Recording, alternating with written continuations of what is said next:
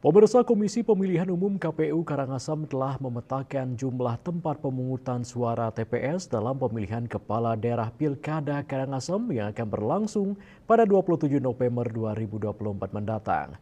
Pada Pilkada 2024 ini terjadi pengurangan ratusan TPS dari sebelumnya.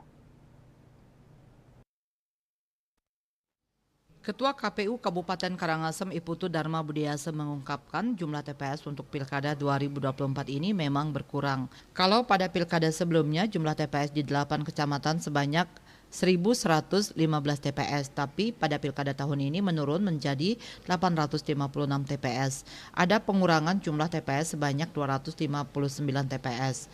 Budiasa mengatakan pengurangan ratusan TPS tersebut tidak lepas dari sudah normalnya situasi dari ancaman pandemi COVID-19. Sebelumnya TPS bertambah karena saat itu merebak pandemi COVID-19 sehingga terjadi pembatasan pemilih ke setiap TPS. Saat pandemi COVID-19 jumlah pemilih per TPS dibatasi hanya 300 orang.